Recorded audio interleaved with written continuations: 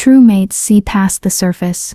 That's what Kathy's grandmother whispered on her deathbed, pressing the ancient moonstone into her trembling hands. But when you're cursed to become a hideous beast by your own mate's mother, you learn that even wolves judge with their eyes first. The moonstone caught the dying light from the hospital room's single window, its surface smooth as river glass, warm as fresh blood. Kathy had never understood why her grandmother clutched it so desperately in those final moments, her voice barely a rasp as she spoke of old magic and forgotten bonds. Now, 3 years later, as Kathy stared at her reflection in the cracked mirror of the packhouse bathroom, she wondered if the old woman had seen this moment coming, seen the curse that would twist her face into something so grotesque that even her own mate couldn't bear to look at her. Chapter 1. The Outsider's Struggle. Kathy had never belonged here. Not really. The Silver Moon Pack tolerated her presence the way you tolerate a splinter, uncomfortable, irritating, but not quite painful enough to dig out. She was human in a world of wolves, plain in a pack that valued beauty, quiet in a hierarchy that rewarded dominance. Every morning she woke in the packhouse feeling like an imposter. Every evening she fell asleep, knowing she'd failed again to prove her worth. The great hall buzzed with the usual pre-dinner chaos. Pack members shifted in and out of their wolf forms with casual ease, children playing tag between the massive oak tables while their parents discussed territory disputes and hunting schedules. Kathy moved through it all like a ghost, setting down plates and refilling water glasses, her human hands steady where claws would fumble, her human ears catching conversations not meant for her. The blood moon ceremony is tomorrow. Stephen's voice carried across the hall, rich and commanding as always. Her mate, though he rarely acted like it, stood at the head table beside his mother Morgana and his sister Lydia. Even from across the room, Kathy could see the way conversation stopped when he spoke, how pack members angled their bodies toward him like flowers seeking sun. Morgana's laugh cut through the air like breaking glass. About time you chose a proper Luna, son. The pack has been patient, but patience has its limits. Kathy's hands trembled as she set down a pitcher of mead. 3 years of marriage, 3 years of trying to earn a place in this family, and still Morgana spoke as if she were invisible. As if the ceremony tomorrow wasn't about choosing between candidates, but about Stephen finally doing what everyone expected, what everyone wanted. The choice is mine to make, mother. Stephen's tone held a warning, but his eyes found Kathy across the room, and for a moment, just a moment, she saw something soft there, something that might have been affection, or pity, or just exhaustion with his mother's constant pressure. Lydia, golden-haired and perfect, shifted restlessly beside them. Her wolf form was a thing of legend, pure white, with silver-tipped fur, graceful as moonlight on water. When she changed, the whole pack stopped to admire her. When Kathy entered a room, conversations faltered not from awe, but from awkwardness. The pack needs strength, Morgana continued, her voice dropping low enough that only supernatural hearing could catch it. They need a Luna who can shift, who can hunt, who can produce strong heirs. They need someone who belongs. The words hit Kathy like physical blows, each one finding its mark. She couldn't shift, had never felt even the whisper of wolf blood in her veins. She couldn't hunt, had tried once, and spent the entire night lost in the forest, while the pack searched for her, and heirs. Well, 3 years of trying had produced nothing but disappointment, and Stephen's increasingly distant embraces. I know what the pack needs, Stephen said, but his voice lacked conviction. Kathy forced herself to keep moving, keep working, keep pretending she couldn't hear every cruel word. She'd learned that survival in the pack meant making herself useful enough to keep but invisible enough to ignore.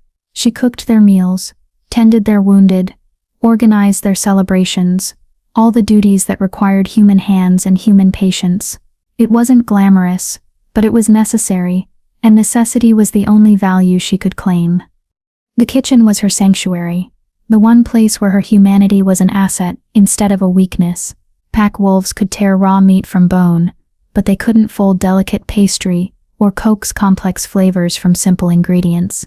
Kathy had spent hours learning the preferences of every pack member, memorizing who liked their meat bloody, and who preferred it seasoned, who had allergies, and who had cravings. Tonight she'd prepared Stephen's favorite venison stew with wild mushrooms, thick bread still warm from the oven, honey cakes that reminded him of his childhood. It was a peace offering, a desperate attempt to remind him of the small ways she tried to care for him, even if she couldn't give him the fierce partnership he'd grown up expecting from a mate. She ladled the stew into his bowl with extra care, arranging the bread beside it just the way he liked. When she carried it to the head table, her heart hammered against her ribs. This was it, her chance to remind him that love didn't always come with fangs and fur. "Your favorite," she said softly, setting the bowl before him. Stephen looked up at her then, really looked, and for a heartbeat she saw the man she'd fallen in love with. Not the alpha's son, not the pack's future leader, just Stephen, kind-eyed and gentle-handed, the boy who'd found her lost in the forest during her first pack gathering and walked her home by moonlight. "Thank you," he said, and his fingers brushed hers as he reached for the spoon. The touch sent warmth racing up her arm, such a small thing, but in the pack's rigid hierarchy, every gesture carried weight. A public acknowledgement, a moment of tenderness. It was more than she'd had from him in months. "Stephen," Morgana's voice cracked like a whip, "we need to discuss tomorrow's ceremony, privately." The warmth died. Stephen's hand withdrew, his attention already shifting away. "Of course, Kathy, we'll talk later." But they wouldn't, and they both knew it. Later never came for them anymore. Later was always postponed, always interrupted, always relegated to tomorrow, or next week, or when things calmed down. Later had become another word for never. Kathy retreated to the kitchen, her sanctuary feeling more like a prison with every passing hour. Through the serving window, she could see the pack celebrating, laughing, sharing stories of hunts and battles she'd never be part of. Their world was one of instinct and violence, honor and territory. Her world was flower and herbs, small kindnesses and quiet devotion. The moon rose full and silver outside the kitchen windows. Tomorrow's blood moon still hidden behind the curve of earth and time. Somewhere in the great hall, Stephen was choosing his Luna, choosing his future, choosing everything that mattered to the pack. And Kathy was exactly where she'd always been, on the outside, looking in, hoping for scraps of attention from a man who'd never really been hers to begin with. But as she kneaded tomorrow's bread, her grandmother's moonstone pressed warm against her chest, and something whispered in the back of her mind that this was not how her story would end. The old woman's words echoed in the silence. True mates see past the surface. Perhaps it wasn't about Stephen seeing past hers. Perhaps it was about finding someone who could see past their own. The ceremony was tomorrow. Everything would change tomorrow. Kathy just didn't know how much. If stories like Kathy's remind you that worth isn't determined by bloodlines or beauty, subscribe to join others who believe hidden strength deserves recognition. Chapter 2. False Dawn. The morning of the blood moon ceremony dawned crisp and golden, autumn air sharp with the promise of change. Kathy woke before sunrise, as she always did, her body trained by years of serving others to rise before her own needs could assert themselves. But today felt different, charged with possibility, electric with hope she didn't dare name. Stephen had found her in the kitchen last night, after the pack had finally dispersed to their homes and dens. He'd stood in the doorway like a man gathering courage, his dark hair mussed from running anxious fingers through it, his usually confident posture uncertain. "Kathy," he'd said, and her name had sounded different in his mouth, gentler, more deliberate. "Tomorrow, when I choose my Luna," she'd held her breath, flour-dusted hands frozen over the bread dough. "I want you to know that what we have, what we've built together, it matters. You matter. To me, to the pack, even if they don't always show it." It wasn't a declaration of love. It wasn't even a promise, but it was acknowledgement. And acknowledgement felt like sunlight, after years of shadow. Now, as she prepared the ceremonial feast, Kathy allowed herself to imagine what it might feel like to stand beside Stephen as his chosen Luna.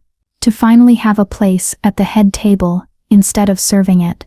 To be seen as something more than the convenient human who kept their household running. The great hall had been transformed overnight. Garlands of autumn leaves draped from the rafters, their reds and golds catching the morning light like captured fire. The ceremonial platform at the hall's center stood ready, ancient symbols carved into its wooden surface, telling the story of Luna selections, stretching back centuries. Tonight, under the blood-red moon, Stephen would stand on that platform and speak the words that would reshape the pack's future. Nervous, Lydia appeared beside her, moving with the silent grace all wolves possessed. She looked ethereal in her ceremonial dress, white silk that matched her wolf form, silver threads that caught light like moonbeams. Kathy's throat tightened. Should I be? That depends. Lydia's voice held an odd note, almost apologetic, on what you're hoping for. Before Kathy could ask what she meant, the kitchen door swung open and Morgana entered like a storm system, her presence immediately changing the atmosphere.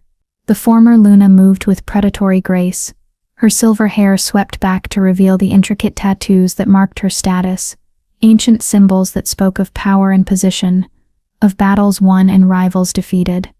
Ladies, Morgana's voice could have frozen summer. I trust you're both prepared for tonight's revelations.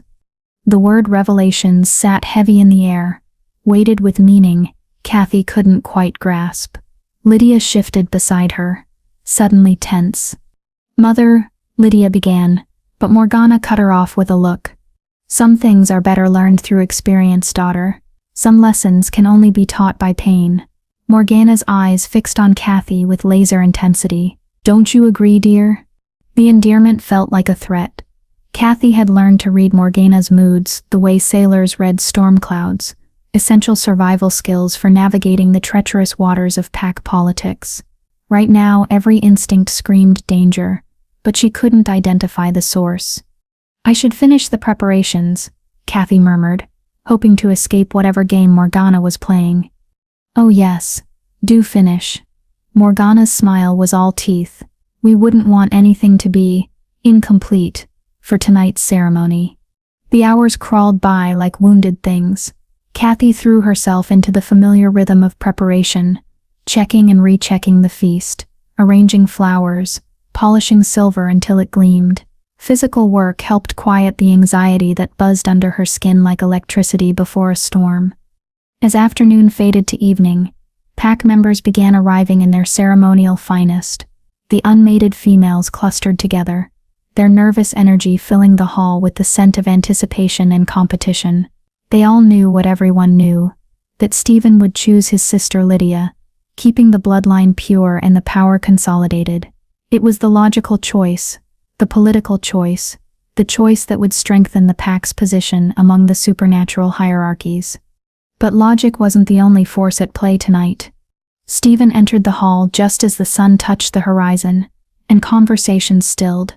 He wore traditional ceremonial garb, leather dyed deep brown, silver clasps that caught torchlight, the heir's circlet resting on his dark hair. He looked like what he was, a prince among wolves, powerful and commanding, and utterly out of Kathy's league. Their eyes met across the crowded hall, and he smiled.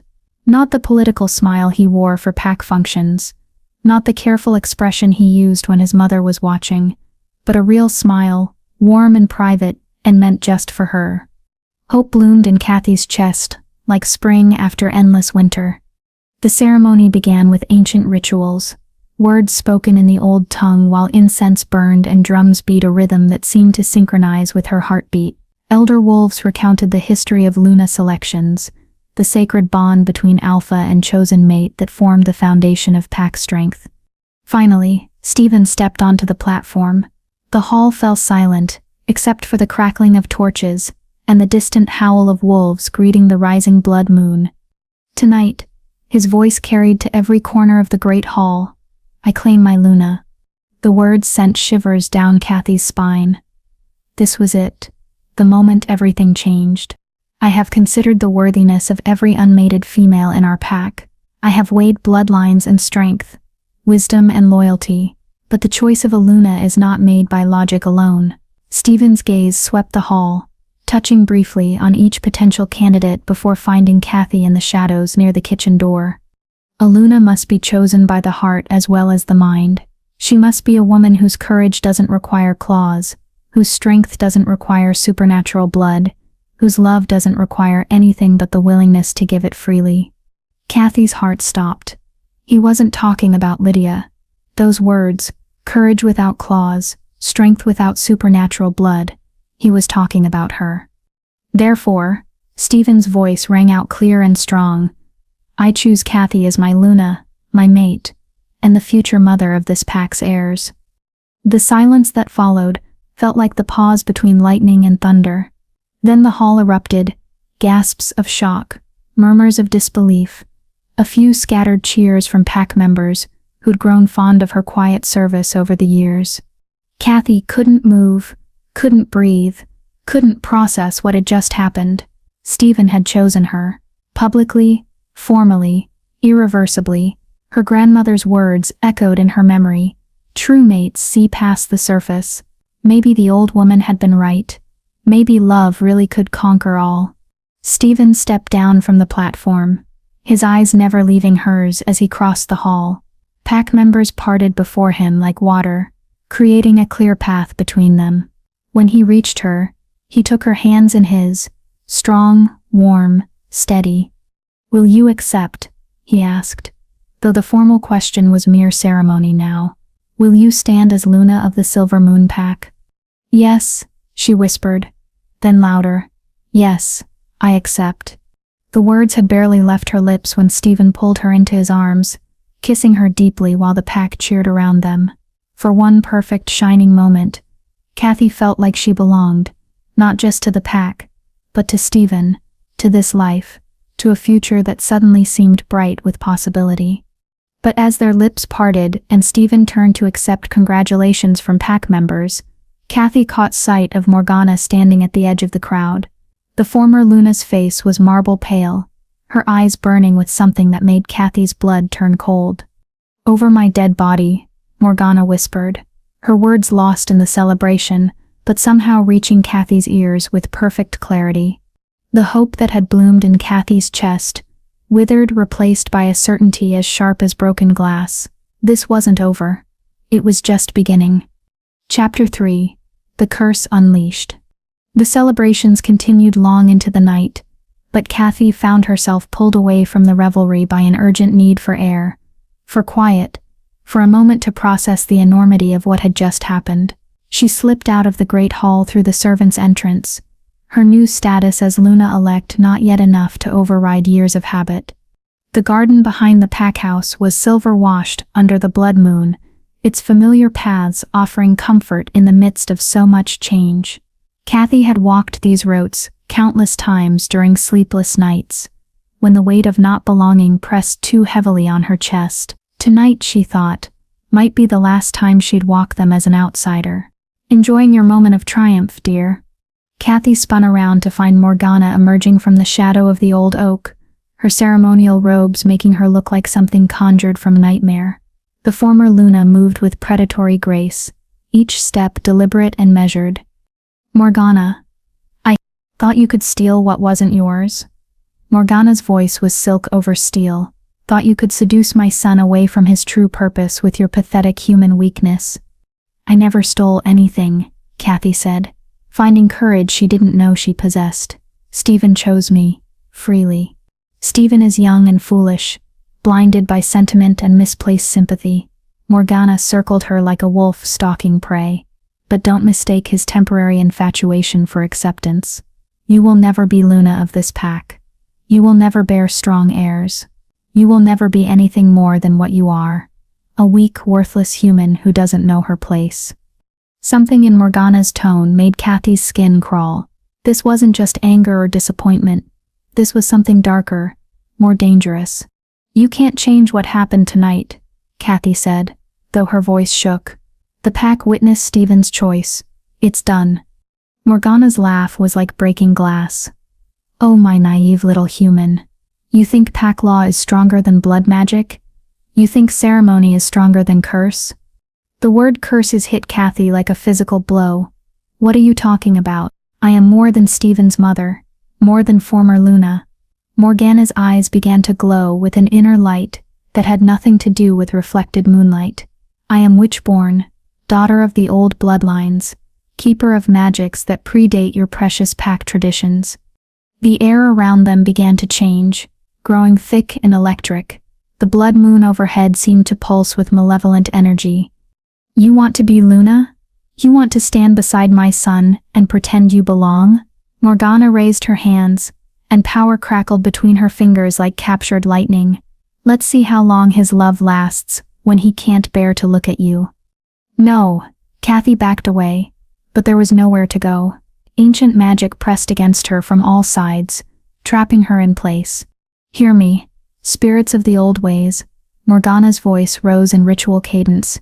This pretender seeks to claim what isn't hers, to rule over those she cannot understand, to bear children she cannot protect. Let her face show the truth of what she is: hideous, worthless, unworthy of love or acceptance. The magic hit Kathy like a physical force, sending her to her knees in the garden's soft earth.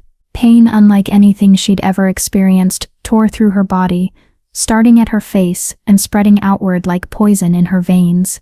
Her skin felt like it was burning, stretching, changing. She tried to scream, but the sound that emerged was barely human, a rasping, horrible noise that made her own ears ring. Her hands flew to her face and found flesh that felt wrong, twisted, grotesque. The curse will break, Morgana said, her voice now conversational, almost kind, when the true Alpha King claims you as his mate. But what alpha would want something so hideous? What king would choose a monster for his queen? Kathy collapsed forward, her strength deserting her as the transformation completed itself. When she tried to speak, to beg, to plead, only that horrible rasping sound emerged from her ruined throat. You should thank me, Morgana continued. I've simply revealed your true nature. Now everyone will see what I've always seen, that you're nothing but a beast pretending to be human. Footsteps crashed through the garden, pack members drawn by the sound of Kathy's screams, by the taste of magic in the air. She heard Stephen's voice shouting her name, heard the concern and fear in his tone. Kathy? What happened? Where? Stephen's words cut off abruptly, as his eyes found her crouched in the garden, and Kathy knew with absolute certainty, that whatever she'd become was even worse than she'd feared. The silence stretched impossibly long. When Stephen finally spoke, his voice was barely a whisper. What? What is that thing? Not who. What? Kathy tried to lift her head, tried to show him that she was still herself inside this cursed form, but Stephen stepped backward, his face twisted with revulsion. Get it away from here, he said, still not looking directly at her. Whatever that thing is, I can't, the smell alone makes my wolf recoil. Pack members pressed closer, drawn by curiosity and held back by instinctive fear. Kathy caught glimpses of familiar faces, people she'd cooked for, tended, served for 3 years, and saw nothing but disgust and horror in their expressions. It's Kathy. Lydia's voice cut through the crowd, soft but clear. Mother, what did you do? I revealed the truth, Morgana replied calmly. A curse that shows her real nature. Only when the true Alpha King claims her will it break. And what king would claim something so monstrous? The crowd began to disperse, pack members unable to bear the sight or smell of her cursed form. Even Lydia backed away, though her eyes held something that might have been pity. Stephen lingered the longest, staring at her with the expression of someone trying to reconcile 2 impossible realities. The woman he'd chosen as Luna and the creature crouched before him couldn't be the same person. His mind simply refused to accept it. I'm sorry, he whispered finally. I'm so sorry, but I can't. My wolf won't let me come near you. The pack would never accept. He turned and walked away, leaving Kathy alone in the garden, with nothing but moonlight and the echo of her own ruined voice. The curse would break when the true Alpha King claimed her. Morgana's words were a prophecy, and a punishment rolled into one, offering hope while ensuring that hope remained forever out of reach. What king would choose a monster? What alpha would claim something too hideous for even her own mate to bear? Kathy knew the answer, even as she struggled to her feet and stumbled toward the forest that bordered the pack's territory. No one would choose her now. The curse wasn't just changing her appearance, it was ensuring she'd die alone, forgotten, abandoned by everyone she'd ever tried to love. But as she reached the tree line and looked back one final time at the pack house lights, her grandmother's moonstone pulsed warm against her chest. The old woman's voice seemed to whisper on the night wind, "True mates see past the surface." Maybe, Kathy thought, as she disappeared into the darkness, the true mate wasn't the one she'd lost. Maybe it was the one she had yet to find. 88% of you listening aren't subscribed, meaning thousands will miss the story that changes their week. While Kathy fights for the forgotten and cursed, hit subscribe so the next person who needs this hope doesn't miss it. Chapter 4: Exile and Survival.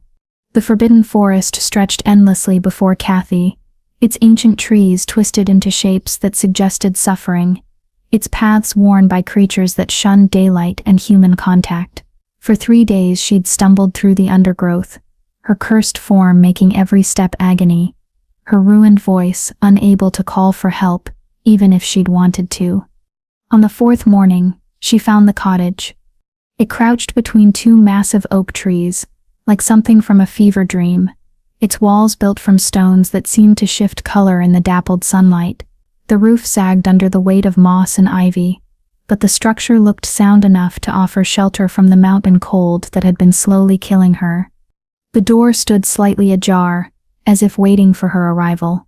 Inside, dust motes danced in shafts of light that filtered through grimy windows. The furniture was ancient, but serviceable. A bed with a straw mattress, a rough wooden table, shelves lined with ceramic jars, whose contents had long since turned to powder. But it was the mirror hanging on the far wall that drew her attention, and held it, and finally forced her to confront what Morgana's curse had made of her. The thing staring back from the silvered glass couldn't possibly be human. Her face had become a nightmare of scars and deformity, skin pulled tight over bones that had shifted into wrong angles, features twisted into something that suggested a face without actually resembling one. Her hair hung in lank, colorless strands.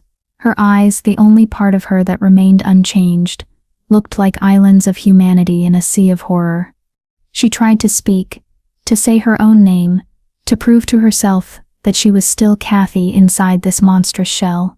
But the sound that emerged was that same horrible rasping that had haunted her since the curse took hold, less words than the memory of words, less voice than the echo of what voice had been. The first week was the hardest. Her human body, already weakened by 3 years of stress and poor self-care, struggled to adapt to the forest's demands. She couldn't hunt, had no claws, no supernatural speed, no predatory instincts. She survived on berries and stream water, on mushrooms she hoped weren't poisonous, on roots dug from the forest floor with her bare hands. But slowly, something extraordinary began to happen. The forest started to speak to her. It began as whispers at the edge of hearing, rustlings that sounded almost like words, bird songs that carried meaning beyond melody. She dismissed it at first, as hallucination brought on by hunger and despair. But as days turned to weeks, the communication became impossible to ignore. Lost one, the wind through the leaves seemed to murmur. Broken one, you hear us now.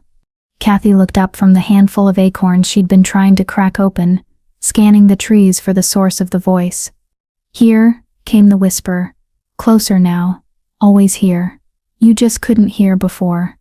A shimmer in the air caught her eye, translucent, barely visible, like heat waves rising from summer pavement. But as she watched, the shimmer began to take shape, vaguely humanoid, but clearly not human, with features that shifted like water and eyes like starlight. A forest spirit, Kathy whispered, her ruined voice making the words sound like gravel sliding down a mountainside.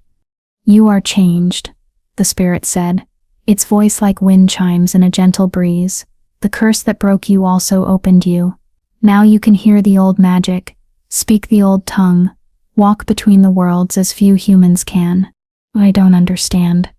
The witch sought to punish you by revealing your true nature, but she was wrong about what that nature is. You are not human, little one. Not entirely.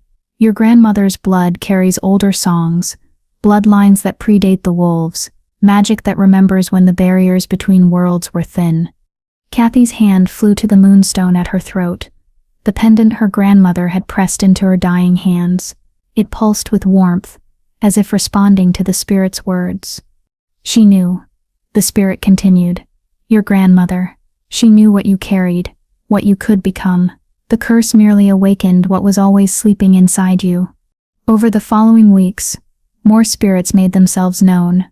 Water sprites from the babbling creek that ran past her cottage, earth elementals that emerged from beneath ancient tree roots, fire spirits that danced in the flames of her small hearth. Each one taught her something new: how to call game without hunting, how to coax fruit from barren branches, how to speak to the forest itself and have it answer. The physical changes came gradually. Her twisted features remained cursed and hideous, but her body grew stronger, more adaptable. She could move through the forest without sound, could sense danger from miles away, could survive on less food and sleep than any human should require. She was becoming something new, neither human nor wolf, neither purely magical nor entirely mundane, something in between, something that belonged to the spaces others feared to tread. It was during her second month in the forest that she first saw the black wolf. She'd been practicing with the water spirits, learning to call rain from clear skies, when movement at the edge of the clearing caught her eye. A massive wolf stood between the trees, watching her with eyes that glowed not silver like her former packs, but gold, pure, burning gold like captured sunlight. Their gazes locked across the small distance, and Kathy felt something shift deep in her chest. Recognition, though she'd never seen this wolf before. Yearning, though she couldn't say for what. A pull as strong as gravity, as inevitable as the tide. The wolf stood perfectly still for a long moment, those golden eyes seeming to see straight through her cursed exterior to something deeper within. Then, without sound or warning, he melted back into the forest, leaving only the impression of power barely contained, an intelligence far beyond anything merely animal. That night, Kathy dreamed of golden eyes, and a voice that spoke her name with reverence instead of revulsion. She woke with tears on her scarred cheeks, and hoped she didn't dare examine too closely. The black wolf came back every few days, always watching, never approaching. Sometimes she caught glimpses of him at the edge of the clearing, where she practiced her new abilities. Sometimes she felt his presence in the forest around her cottage, a steady guard against the dangers that prowled the darker paths. "Who is he?" she asked the spirits one evening, as autumn began to paint the leaves in shades of fire. "One who has been waiting," came the cryptic reply. "One who sees with more than eyes, judges with more than appearance. Be patient, broken one. Not all truths reveal themselves at once." The waiting might have driven her mad, if not for the work of learning her new nature, of growing into powers she'd never suspected she possessed. The forest spirits taught her the old magics: how to heal with touch, how to speak to animals in their own language, how to see past the veils that separated different realms of existence. She was still cursed, still hideous, still abandoned by everyone she'd once loved, but she was no longer helpless. The creature Morgana had tried to create, weak, worthless, unworthy of love, had never truly existed. The curse had revealed not her weakness, but her strength. And somewhere in the deeper parts of the forest, golden eyes watched and waited, patient as mountains, constant as stars. The Alpha King was coming to choose a bride.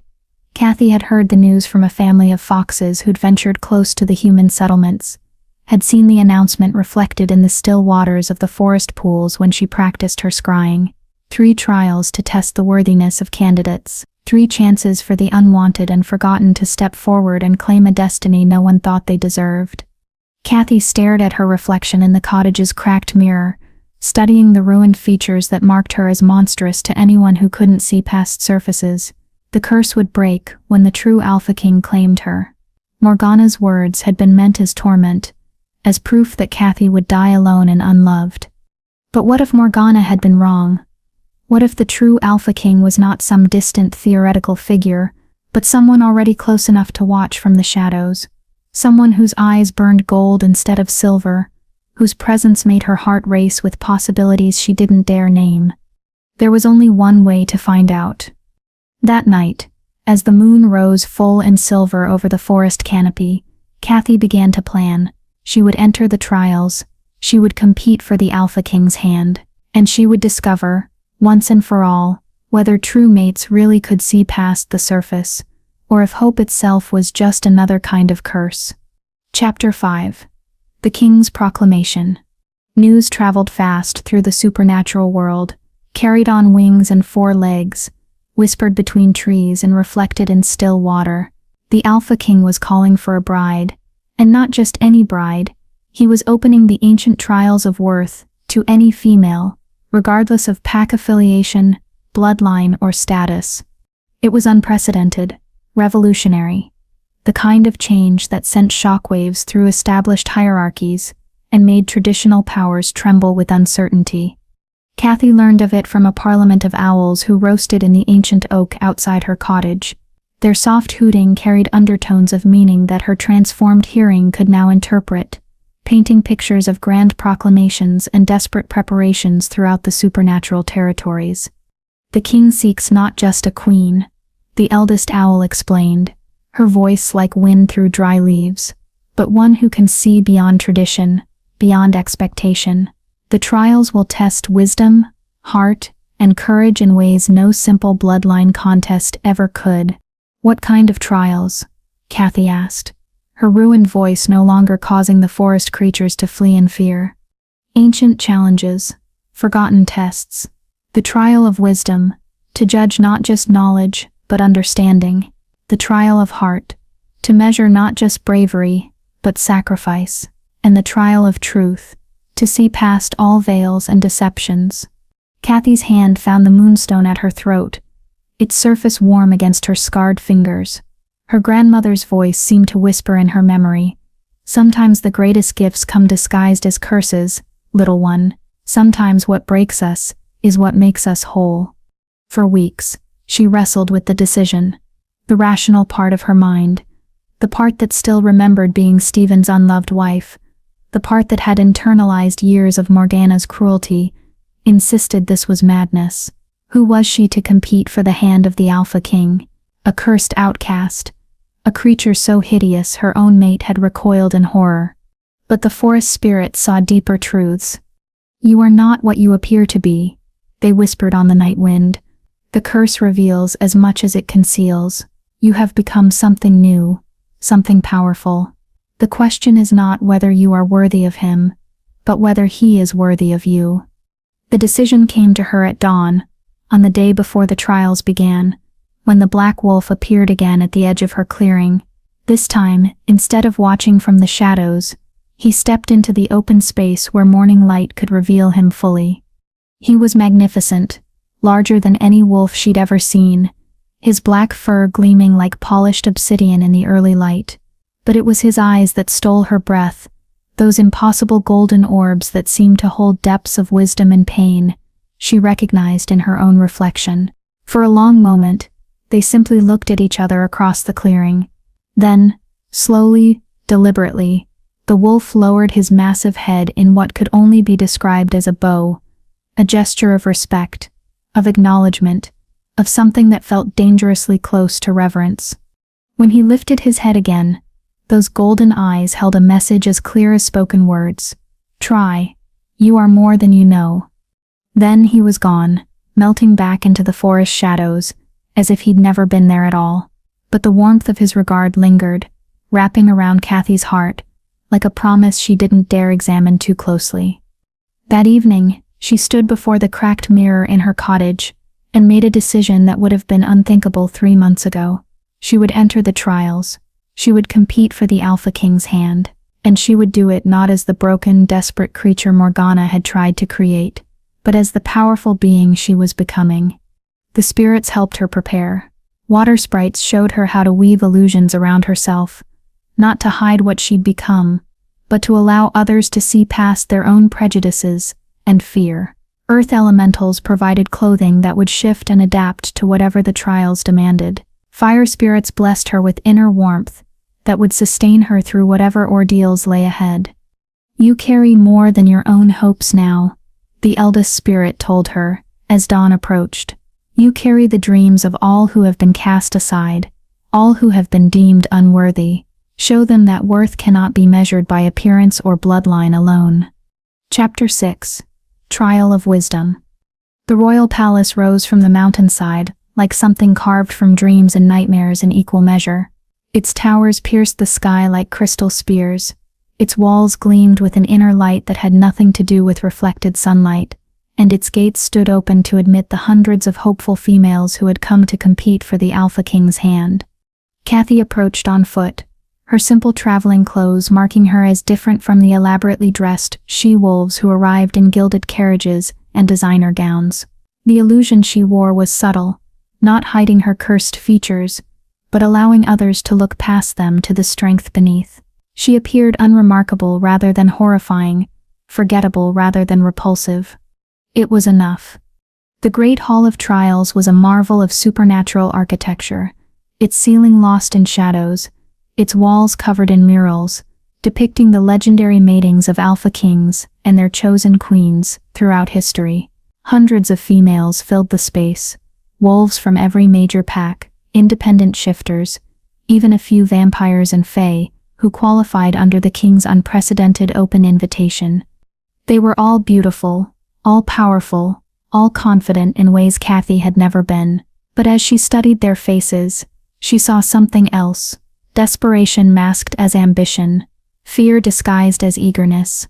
They wanted to win, yes, but many of them didn't seem to know why, beyond the obvious benefits of power and position. A hush fell over the assembly as figures emerged onto the raised platform at the hall's far end. The Royal Council, ancient and powerful beings, whose combined authority had shaped the supernatural world for millennia. But Kathy's attention fixed on the figure who stepped forward to address the crowd, tall, broad-shouldered, with dark hair and features that suggested both strength and intelligence. This was not the Alpha King. This was his representative, his voice, his proxy in matters of state. But where was the king himself? "Welcome, candidates." The representative's voice carried clearly through the vast space. "You have come seeking the hand of our sovereign, the Alpha King of all supernatural realms. But understand this, he seeks not just a queen, but a partner, not just a mate, but an equal. The trials you will face are designed not to eliminate the weak, but to reveal the truly worthy." A murmur ran through the crowd. Many of these females had expected a more traditional competition, displays of beauty, demonstrations of pack connections, perhaps a few ceremonial challenges. This sounded like something altogether more serious. "The first trial begins now," the representative continued. "The trial of wisdom. You will be presented with a riddle that has puzzled scholars for centuries. You have until sunset to provide an answer. Those who succeed will advance to the second trial. Those who fail," he shrugged elegantly, "will return home with our gratitude for their participation." The riddle was inscribed on a massive stone tablet that rose from the center of the hall, its ancient script glowing with soft blue light. "What protects the pack but cannot be seen, strengthens the bond but has no form, guides the wise but speaks no words, and when freely given, costs nothing, yet when demanded, cannot be bought." Kathy stared at the words, her mind racing. Around her, the other candidates had immediately begun forming study groups, comparing theories, debating possibilities. The obvious answers came first: love, loyalty, trust, honor. But something about the riddle's structure suggested a deeper meaning, a more complex truth. She found a quiet corner of the hall and settled into meditation, the way the forest spirits had taught her. Instead of attacking the riddle with pure intellect, she let her consciousness expand, reaching out to touch the ancient magic that permeated the palace walls. The stones themselves held memories, she realized. Centuries of Alpha Kings and Queens, of trials and tribulations, of bonds forged and broken, and threading through it all, one constant truth that made her breath catch in recognition. As the sun began to set, painting the hall's windows in shades of gold and crimson, the representative called for answers. One by one, candidates stepped forward to offer their solutions. "Love," said a stunning she-wolf from the Northern Territories. "Love protects the pack, strengthens bonds, guides the wise." An admirable answer, the representative replied, but incomplete. Love can be seen in actions, has form in gestures, speaks through words and deeds. "Honor," suggested a vampire noble, her pale skin gleaming in the torchlight. "Closer," came the reply, "but honor is visible in behavior, has form in oaths, speaks through conscience." More answers followed. Trust, faith, hope, wisdom itself. Each was acknowledged, considered, and ultimately found wanting. As candidate after candidate was politely dismissed, Kathy felt a strange certainty settle over her. She knew this answer. Not from books or education or careful study, but from lived experience, from years of being overlooked and undervalued, from months of learning to see past surfaces to deeper truths. "Loyalty," she said quietly, stepping forward as the final candidate to speak. "We have heard that answer already," the representative said gently. "It was found insufficient." "Not loyalty, as others understand it," Kathy replied, her ruined voice somehow carrying clearly through the vast space. "Not the loyalty that is sworn in oaths, or declared in grand gestures, but the loyalty that exists in small kindnesses, in staying when leaving would be easier, in serving without recognition or reward." She could feel the attention of everyone in the hall focusing on her now, but she pressed on. "This loyalty protects the pack, not through strength or strategy, but by ensuring no one is forgotten, no need goes unmet, no member stands alone. It strengthens bonds not by demanding reciprocation, but by giving freely without expectation. It guides the wise by showing them that true strength lies in lifting others up, not in standing above them." The representative's expression had grown thoughtful, and why can it not be bought when demanded? "Because true loyalty cannot be commanded or purchased," Kathy said, thinking of her years with Stephen, of all the ways she had tried to earn love through service.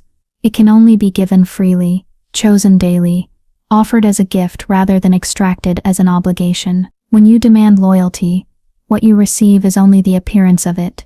The real thing must be cultivated through trust, through respect, through proving yourself worthy of another's devotion." The silence that followed felt eternal. Then the representative smiled. Not the polite, political expression he'd worn all day, but something genuine and warm. "The trial of wisdom is complete," he announced. "One candidate has shown not just knowledge, but understanding, not just intelligence, but insight. The trial of heart begins tomorrow at dawn." As the other candidates filed out, many shooting her curious or resentful glances, Kathy remained in the vast hall, staring up at the murals of legendary queens. She had passed the first trial, but something told her the challenges ahead would test far more than her ability to solve ancient riddles. From somewhere high above, in the shadows of the upper galleries, she felt the weight of observation. Someone was watching her, studying her, evaluating her worthiness, with an intensity that made her skin tingle with awareness. Golden eyes, she thought, though she couldn't be certain. Golden eyes that had been watching her for longer than she knew, waiting to see if she would prove herself worthy, not just of a crown, but of something far more precious. Chapter 7. Trial of Heart. Dawn came too soon, and not soon enough. Kathy had spent the night in the candidates' quarters, a luxurious suite that felt more like a prison of silk and marble than a place of rest. The other remaining candidates, only 12 had passed the wisdom trial, eyed her with mixtures of curiosity and disdain. She was the anomaly, the unknown quantity that had solved a riddle stumping supernatural nobility for generations. Some saw her as a threat to be eliminated. Others dismissed her as a fluke, a clever human who'd gotten lucky once, but would surely fail when faced with a real challenge. None of them knew what lay beneath the illusion she wore. None of them suspected that the unremarkable female in simple clothes carried magic older than their bloodlines, power born of suffering and transformation. The trial of heart took place in the palace's eastern gardens, where ancient trees formed natural amphitheaters around a series of challenging obstacle courses. But as Kathy studied the setup, she realized these weren't tests of physical prowess or supernatural ability. They were moral challenges, situations designed to reveal character rather than strength. The trial of heart, the representative announced to the gathered candidates, will test not your courage in battle, but your compassion in crisis. Each of you will face a choice between personal advancement and selfless action. Choose wisely. Your decision will reveal more than any display of power ever could. The first candidate, a powerful alpha's daughter from the eastern packs, faced her challenge with confident stride. Her obstacle course led to a pit where two figures lay trapped, one a fellow candidate who had twisted her ankle in a previous fall, the other a palace servant who had tumbled in while preparing the trial grounds. Above the pit, a rope ladder led to the next stage of the course. There was time to save one of the trapped figures before continuing, but attempting to rescue both would mean certain failure to advance. The alpha's daughter hesitated for perhaps 3 seconds before hauling the fellow candidate to safety and racing up the ladder, leaving the servant behind. Practical, strategic, understandable, and utterly heartless. Kathy watched candidate after candidate face similar choices. Save a competitor or advance your position. Help the weak or preserve your strength. Show mercy or demonstrate dominance. Again and again the pattern repeated. Survival instincts and strategic thinking overriding compassion and selflessness. By the time her turn came, Kathy understood what the trial was truly testing, not courage, which was common enough among supernatural beings, but the rarer quality of putting others' needs before your own ambition. Her obstacle course led through a maze of thorny hedges that seemed to shift and change as she navigated them. At its heart, she found her own moral crossroads, a cavern entrance partially blocked by fallen stones, from which came the sounds of distress. 3 voices called for help. The first belonged to Lydia, Stephen's sister, her perfect white wolf form, trapped beneath a beam that had fallen during what looked like a cave-in. The second came from deeper in the cavern, a child's cry, terrified and growing weaker. The third was barely audible, an elderly voice, fading fast, from the deepest part of the cave system. Above the cavern entrance, carved into the stone itself, were the words, "Time permits the saving of one. Choose and face the consequences of your mercy." Kathy stared at the inscription, her mind racing. This was the cruelest choice yet, not between competitor and servant, but between 3 innocents, each deserving of rescue. Lydia, who had shown her kindness when no one else would. An unknown child whose life hadn't even truly begun. An elder whose wisdom would be lost forever if not preserved. Strategic thinking said, save Lydia. She was strong, capable, more likely to survive the trauma, and might even provide assistance in future challenges. Emotional appeal pointed toward the child, young, innocent, deserving of the chance to live and grow. Respect for wisdom suggested the elder, their knowledge and experience irreplaceable. But as Kathy stood frozen by impossible choice, she heard something else beneath the 3 distinct voices.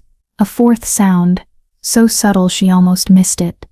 The soft whimper of an animal in pain, coming from a side passage she hadn't initially noticed. Following the sound led her away from the main cavern to a smaller cave, where a wolf pup lay trapped under rubble, its leg clearly broken, its breathing shallow with pain and fear. Not a person at all, barely even noticed among the more dramatic cries for help, easy to ignore in favor of seemingly more important rescues. But Kathy had spent months learning to hear the voices others ignored, to value the forgotten and overlooked. The forest spirits had taught her that all life carried equal worth, that strength was measured, not in power, but in the willingness to protect those who couldn't protect themselves. She gathered the injured pup carefully in her arms, feeling its small body relax, as her touch brought comfort and healing. Her grandmother's magic flowed through her fingers, knitting broken bones and easing pain. By the time she emerged from the side passage, the pup was sleeping peacefully against her chest. An interesting choice, came a voice from behind her. Kathy spun to find the representative watching her, but his expression was unreadable. The others in the main cavern. They need help too, she said, torn between her decision and the weight of the other voices still calling for rescue. Do they? The representative gestured toward the cavern entrance. As Kathy watched, the three distinct voices began to fade, the sounds of distress growing quieter, and finally stopping altogether. Illusion, she realized. The three trapped individuals had been magical constructs, tests designed to see what choice she would make when faced with impossible odds. Only the pup had been real. Only its pain had been genuine. The trial of heart is complete, the representative announced. Some candidates chose power over compassion. Some chose strategy over sacrifice. Some chose the obvious over the overlooked, but only one chose to hear the voice that others ignored, to value the life that others dismissed as insignificant. Kathy looked around, confused. Only one? But surely some of the others made practical decisions, reasonable choices, understandable selections, the representative finished. But the heart sees what the mind overlooks. The heart values what society dismisses. The heart chooses not based on potential reward, but on simple need. As they walked back toward the palace, the pup still sleeping in her arms, Kathy felt the weight of unseen observation again. Somewhere above, someone was watching her carry a creature others would have ignored, evaluating her worthiness, based not on grand gestures, but on small kindnesses. The final trial begins at sunset, the representative said as they reached the palace doors. The trial of truth. Are you prepared to face what lies beneath all veils and illusions? Kathy looked down at the pup in her arms, thinking of all the veils she wore, the illusion that hid her cursed features, the pretense that she belonged among these competitors, the hope she barely dared acknowledge that someone might see past all of it to the truth beneath. I don't think anyone can be truly prepared for that, she answered honestly. The representative's smile held approval, and something that might have been sympathy. Perhaps that honesty is preparation enough. Chapter 8. The Truth Unveiled. If Kathy's journey from cursed outcast to queen reminded you that your worth can't be destroyed by others' jealousy, don't let this moment pass without subscribing. The person who needed this story today was you. Honor that realization by clicking subscribe right now. Sunset painted the palace in shades of gold and crimson, transforming its crystalline walls into something that seemed to burn from within. Kathy stood in the candidates' quarters, staring at her reflection in the polished mirror, knowing this would be the last time she could hide behind illusions and half-truths. The trial of truth. Even the name sent shivers down her spine. She had been the only candidate to pass the trial of heart, a fact that should have filled her with triumph, but instead left her feeling exposed and vulnerable. The representative had explained that the final trial would be private, individual, a meeting with the Alpha King himself, where all pretenses would be stripped away. Truth cannot hide from truth, he had said, and the Alpha King sees all, not just what is shown, but what is concealed, not just what is said, but what remains unspoken. The pup she had rescued lay sleeping on her bed, its leg now fully healed, thanks to her grandmother's magic flowing through her fingers. She had named him Shadow, for the way he seemed to appear and disappear like the black wolf who watched her from the forest edges. Looking at his peaceful form, she remembered why she had chosen to save him over the more dramatic illusions, because sometimes the smallest gestures mattered most, because sometimes the forgotten deserved love simply for existing. A soft knock interrupted her thoughts. A palace servant, elegantly dressed but with kind eyes, stood in the doorway. "Miss, the Alpha King will see you now." This was it. No more delays. No more preparation time. No more chances to rehearse what she might say when faced with the most powerful being in the supernatural world. Kathy took a breath, let her illusions fall away one by one, until she stood revealed in her cursed form, and followed the servant through corridors that seemed to stretch longer with each step. The throne room was not what she had expected.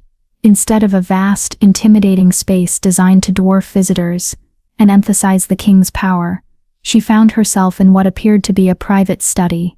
Comfortable chairs arranged around a fireplace, bookshelves lining the walls, windows that looked out over moonlit gardens. It felt intimate, personal, more like a place for conversation than royal audience. "You came," said a voice from the shadows near the fireplace. Kathy's heart stopped.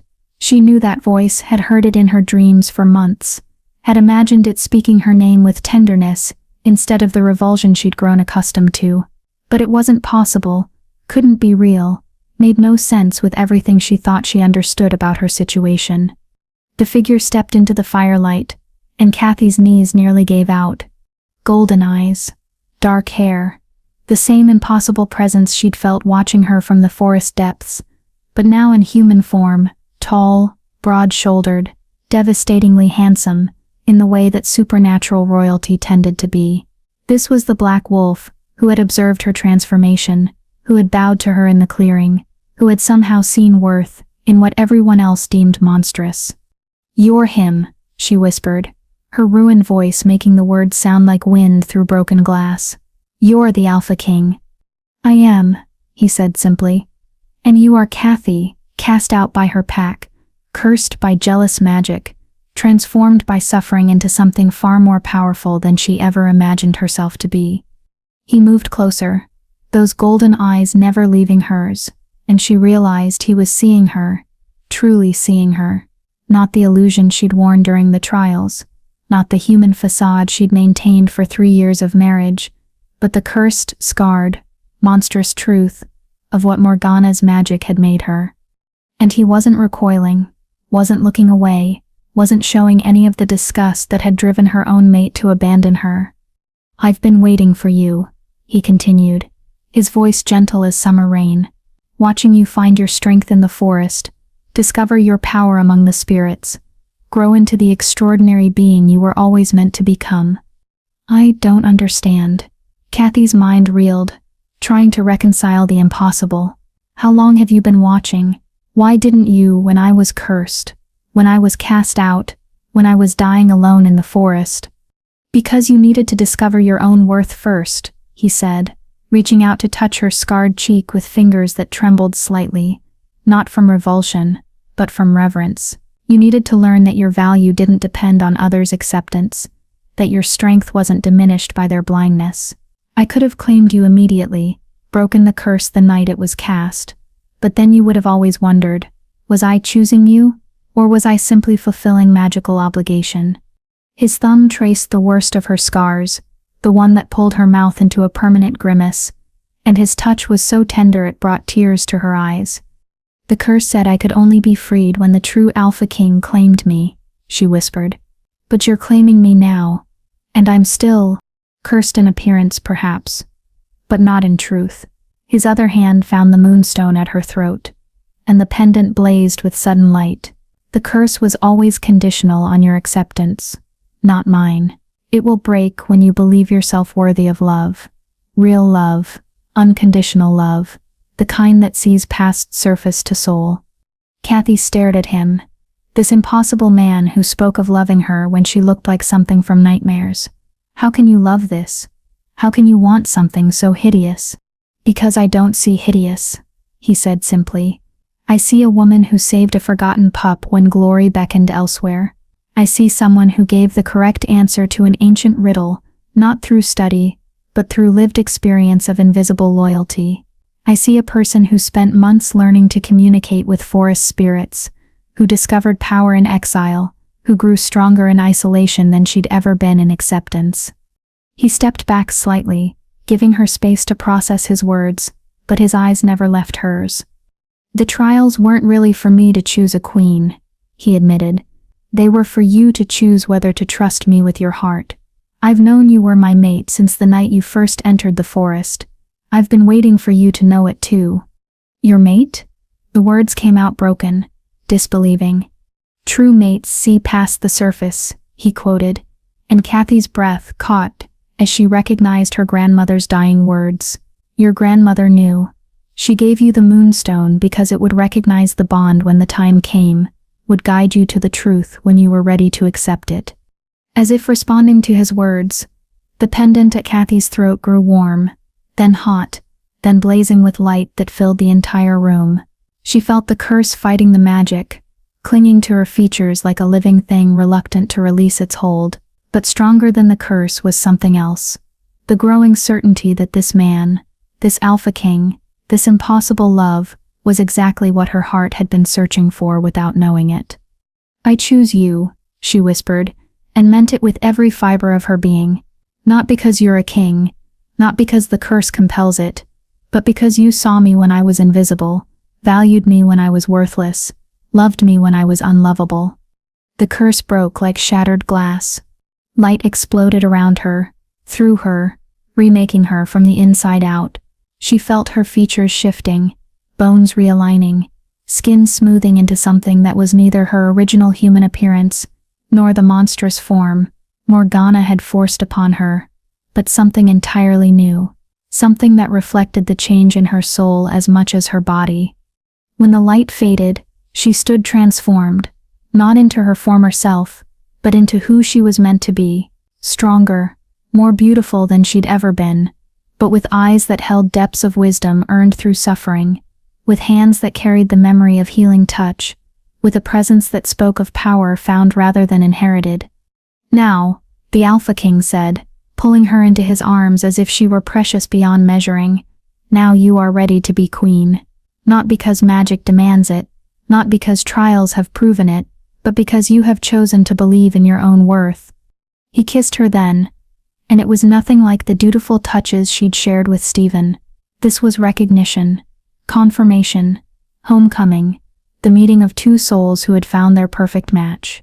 When they broke apart, Kathy saw her reflection in his golden eyes, and finally truly understood what her grandmother had meant. True mates didn't just see past the surface, they saw the truth beneath all surfaces, the soul that remained constant through every change and challenge. "What happens now?" she asked, though she thought she already knew. "Now," he said with a smile that promised forever, "we rule together, we build a kingdom where worth isn't measured by bloodline or appearance, where the forgotten are remembered, and the cast out are welcomed home. We prove that the greatest power comes not from force, but from love freely given and graciously received." Through the study windows, Kathy could see the first light of dawn painting the sky in shades of hope. Somewhere in the distance, she heard the howl of wolves greeting the new day, not the pack that had rejected her, but the countless others who would soon know her as their queen. The curse was broken, the trials were complete, and the girl who had once been deemed unworthy of love had found not just acceptance, but a destiny greater than she had ever dared to imagine. Chapter 9. Final Confrontation. The coronation was set for the full moon, following the trials, a ceremony that would unite not just two souls but two destinies that would reshape the supernatural world. News of the Alpha King's choice had spread like wildfire through every pack, coven, and court, carrying with it whispers of revolution and change. Some celebrated the choice of a queen who understood what it meant to be overlooked and undervalued. Others raged against the precedent it set, that bloodline and traditional power structures might matter less than character and heart, but none could argue with the king's right to choose, or with the obvious bond that blazed between him and his intended queen when they appeared together. Kathy had spent the week since the trials learning what it meant to be royal. The palace staff treated her with careful respect, uncertain how to categorize someone who had arrived as a competitor but would soon rule over them all. She tried to bridge that gap with the same quiet service that had sustained her in the pack, learning names, asking about families, showing interest in the small details that made each person feel valued. "You'll make an extraordinary queen," the king told her one evening, as they walked through the palace gardens. He had asked her to call him by his name, Adrian, rather than his title when they were alone. "You understand that true authority comes from lifting others up, not standing above them." But even as they planned their future together, shadows gathered at the edges of their happiness. Reports reached them of unrest in various territories, of traditionalist factions organizing resistance to the changes the new queen represented. Some packs had already declared they would not recognize her authority, would not bow to someone they deemed unworthy of the crown. The worst news came from the Silver Moon pack. Stephen has declared the marriage invalid, Adrian told her, as they reviewed intelligence reports in his study. He's claiming prior rights as your first mate, saying the trials were a sham designed to circumvent pack law. Kathy felt a cold knot form in her stomach. And Morgana is backing his claim. More than that, she's gathering support from other witch wolves, building a coalition based on the argument that you used dark magic to seduce me, that the trials were tainted by supernatural influence. The irony was bitter. Morgana, who had cursed her with dark magic, was now accusing her of using the very powers that curse had awakened to manipulate the king. It was brilliant propaganda, taking the transformation that had made Kathy strong and twisting it into evidence of corruption and deceit. They're calling for a formal challenge, Adrian continued, his voice tight with anger. Single combat between you and Morgana, with Stephen's claim to be decided by the outcome. That's insane. Morgana is a witch-wolf hybrid with centuries of experience. I've been learning magic for a matter of months. Which is exactly why she's confident enough to issue the challenge. Adrian's golden eyes burned with protective fury. She thinks she can eliminate you and install Stephen as a puppet alpha under her control. She's not just trying to break our bond. She's attempting a coup against the crown itself. Kathy stared out the window at the moonlit gardens, thinking of all the times Morgana had made her feel small, worthless, undeserving of love or respect.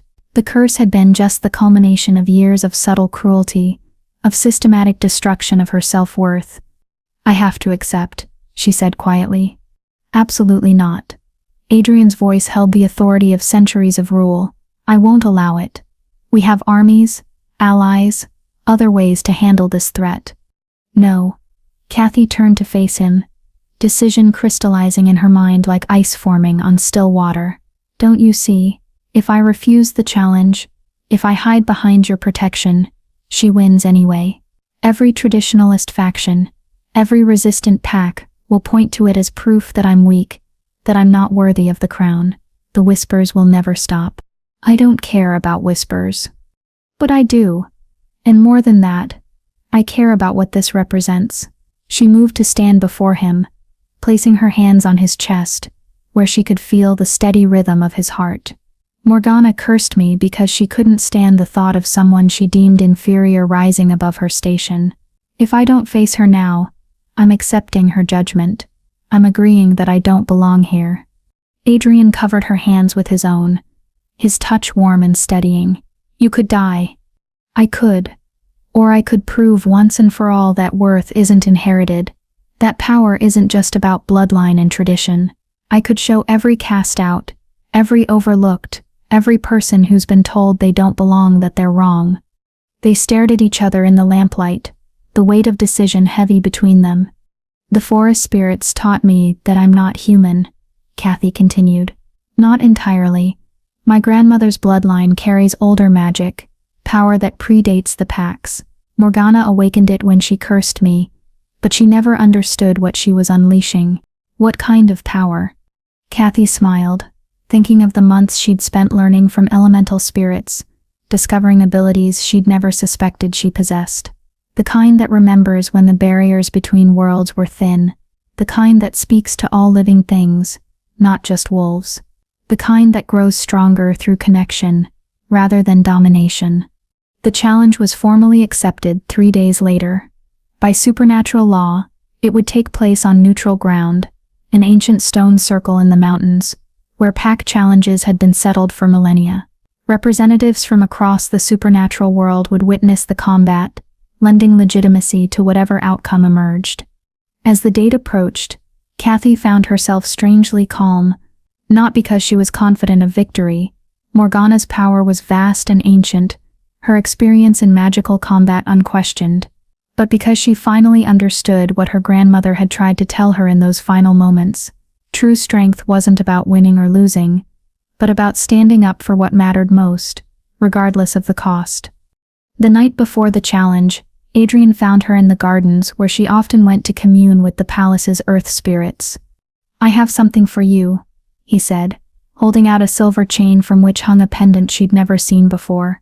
It was beautiful, a crystal that seemed to hold captured starlight, set in silver worked with symbols that made her think of home and belonging and love, that transcended all boundaries. "It's been in my family for generations," Adrian explained as he fastened it around her neck. "Legend says it will protect the wearer from any magic born of hatred or jealousy.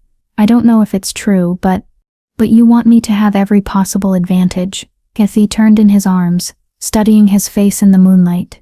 "You know I might not come back from this." "Don't." His voice was rough with emotion. "Don't talk about not coming back. We just found each other. We just learned what it means to love without reservation. I can't lose you now." "You won't lose me," she said, meaning it with every fiber of her being. "Whatever happens tomorrow, what we have is eternal. Morgana can destroy my body, but she can never touch this." She placed her hand over his heart. Or this. She placed his hand over hers. They held each other in the garden as the moon set and dawn approached. Neither speaking of the battle to come, both trying to memorize every moment of peace they might ever have together. Tomorrow, Kathy would face the woman who had cursed her, tormented her, tried to destroy her sense of self-worth.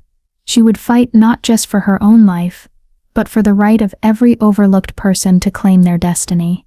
She would prove that love was stronger than hatred, that growth was more powerful than stagnation, that the future belonged to those brave enough to embrace change. Win or lose, she would face Morgana as herself, not the broken creature the curse had been meant to create, but the powerful, magical, worthy woman she had chosen to become. Chapter 10. Transformation and Justice. The stone circle stood ancient and weathered on the mountain top, its monoliths carved with symbols that predated written language. As dawn broke over the peaks, representatives from every major supernatural faction gathered to witness what many believed would be the defining moment of their age. Kathy stood at the circle's eastern edge, feeling the power of the place thrumming through the soles of her feet. This ground had seen challenges for millennia, disputes settled, fates decided, the balance of power constantly shifting with each victory and defeat. Today it would see something unprecedented, not just a challenge between individuals, but a confrontation between old ways and new possibilities. Morgana entered from the west, her silver hair gleaming like polished steel, her witch-wolf hybrid nature evident in the way she moved. Fluid grace combined with predatory intent. She wore traditional combat robes marked with symbols of her lineage, each one a reminder of power inherited and battles won. Behind her walked Stephen, his face a mask of determination, and something that might have been regret. "You came," Morgana said, as they faced each other in the circle's center. "I wasn't certain your newfound royal protection would allow it." "I chose to come," Kathy replied, her voice carrying clearly in the mountain air, "just as I choose to stand here not as a victim of your curse, but as someone who has grown stronger because of it." Morgana's laugh was like breaking glass. "Stronger? You delude yourself, child. You may have fooled the king with whatever enchantment you've woven, but I see what you truly are, a cursed abomination pretending to be worthy of a crown." "Then let's settle this," Kathy said calmly. Around the circle, the gathered witnesses fell silent, sensing that something momentous was about to unfold. The formal words were spoken by the circle keeper, an ancient vampire, whose authority in matters of supernatural law was absolute. The rules were simple: magical combat, until one combatant yielded, was incapacitated, or died. No interference from seconds or allies. Victory would determine not just Kathy's right to marry the Alpha King, but the legitimacy of her claim to queenship itself. Morgana struck first, her magic lashing out like a whip of pure darkness. Kathy barely managed to dodge, feeling the spell sear past her face with heat that spoke of deadly intent. This wasn't going to be a test of skill or a demonstration of power. Morgana meant to kill her. "Too slow, little human," Morgana taunted, already weaving her next attack. "Did you think your forest spirits could teach you centuries of combat magic in mere months?" The second spell hit Kathy squarely in the chest, sending her sprawling across the ancient stones. Pain exploded through her ribs as she struggled to breathe, to focus, to remember the lessons the elemental spirits had tried to teach her. Not about force, she heard the wind whisper, about connection, about understanding that all magic comes from the same source. Kathy pushed herself to her knees, dodging another blast of dark energy by rolling behind one of the standing stones. Morgana was right. In terms of raw power and combat experience, this wasn't even a contest. But raw power wasn't the only kind of magic. Placing her hands flat against the ancient stone, Kathy reached out with her consciousness, touching the deep magic that had been building in this place for millennia. The circle itself was alive with accumulated energy, layer upon layer of challenges and victories, and defeats creating a reservoir of power that few knew how to access. "Come out, little mouse," Morgana called, stalking around the stone like a cat playing with wounded prey. "Hiding won't save you. Nothing will save you, just as nothing saved you from my curse." "You're right about one thing," Kathy said, standing and stepping into the open. "Nothing saved me from your curse, but something saved me from myself, the belief that I was worth saving." She reached for the pendant Adrian had given her, feeling its warmth pulse against her palm. But more than that, she reached for the moonstone her grandmother had pressed into her dying hands, the one that had guided her through every moment of transformation and growth. The two pendants blazed with light as their magic intertwined, creating something neither could accomplish alone. Kathy felt her grandmother's love flowing through the moonstone, Adrian's devotion channeling through the family pendant, the forest spirit's wisdom singing through her connection to the natural world. "Impossible," Morgana breathed, her next spell faltering as she stared at the growing radiance surrounding Kathy. "You never understood," Kathy said, power building around her like a second skin. "You thought the curse would break me, would reveal me as something weak and worthless. But it revealed something else entirely, that worth isn't about appearance or bloodline or what others think of you. It's about what you choose to do with the love you're given, how you use your pain to help others heal." She raised her hands, and magic flowed from her, not the harsh, dominating power Morgana wielded, but something gentler and infinitely stronger. Earth magic that spoke to growing things, water magic that soothed and healed, air magic that carried hope in dreams, fire magic that burned away what no longer served. "This isn't possible," Morgana snarled, lashing out with everything she had. "You're nothing, human trash, cursed refuse." But her spells couldn't touch Kathy now. The magic flowing through her was older than hatred, deeper than jealousy, stronger than fear. It was the magic of connection, of love freely given and graciously received, of worth that came from within, rather than being bestowed from without. Kathy's power surrounded Morgana like an embrace, not attacking but enveloping, not destroying but transforming. She felt the other woman's magic fighting against her own, felt centuries of bitterness and resentment and fear-based power struggling against something it couldn't understand or defeat. "You cursed me to become hideous," Kathy said as her magic tightened around Morgana like a cocoon. "Let's see how you like living with the face that matches your heart." The transformation was swift and merciless. Morgana's perfect features twisted and warped, her silver hair turning dull and brittle, her graceful form becoming bent and gnarled. But it wasn't just physical change. Kathy's magic stripped away the illusions Morgana had used to hide her true nature, revealing the corruption and cruelty that had always lurked beneath her beautiful exterior. "No!" Morgana screamed, her voice now the same horrible rasp Kathy had endured for months. "This isn't... You can't... I can, and I have," Kathy said quietly. "The curse reflects the caster's true nature back upon them. You made me hideous, because you couldn't bear to see your own ugliness reflected in someone else's happiness. Now you'll understand what it feels like to be judged by appearance alone." Morgana collapsed to her knees, her hands clawing at her changed face. Around the circle, the gathered witnesses stirred with a mixture of awe and unease. They had expected a battle of magical forces, not this strange justice that seemed to rewrite the very nature of revenge. "It's over," Kathy announced, her voice carrying to every corner of the ancient circle. "The challenge is complete. I claim victory not through dominance, but through understanding, not through destruction, but but through transformation. She turned to face the assembled representatives, her power still blazing around her like captured starlight. Let it be known throughout all supernatural territories. The old ways of determining worth are ended. No longer will bloodline determine value. No longer will appearance define acceptance. No longer will the forgotten and cast out be denied their rightful place in our world. The Circle Keeper stepped forward, his ancient voice resonating with authority. The challenge is complete. Victory goes to Kathy, future queen of all supernatural realms.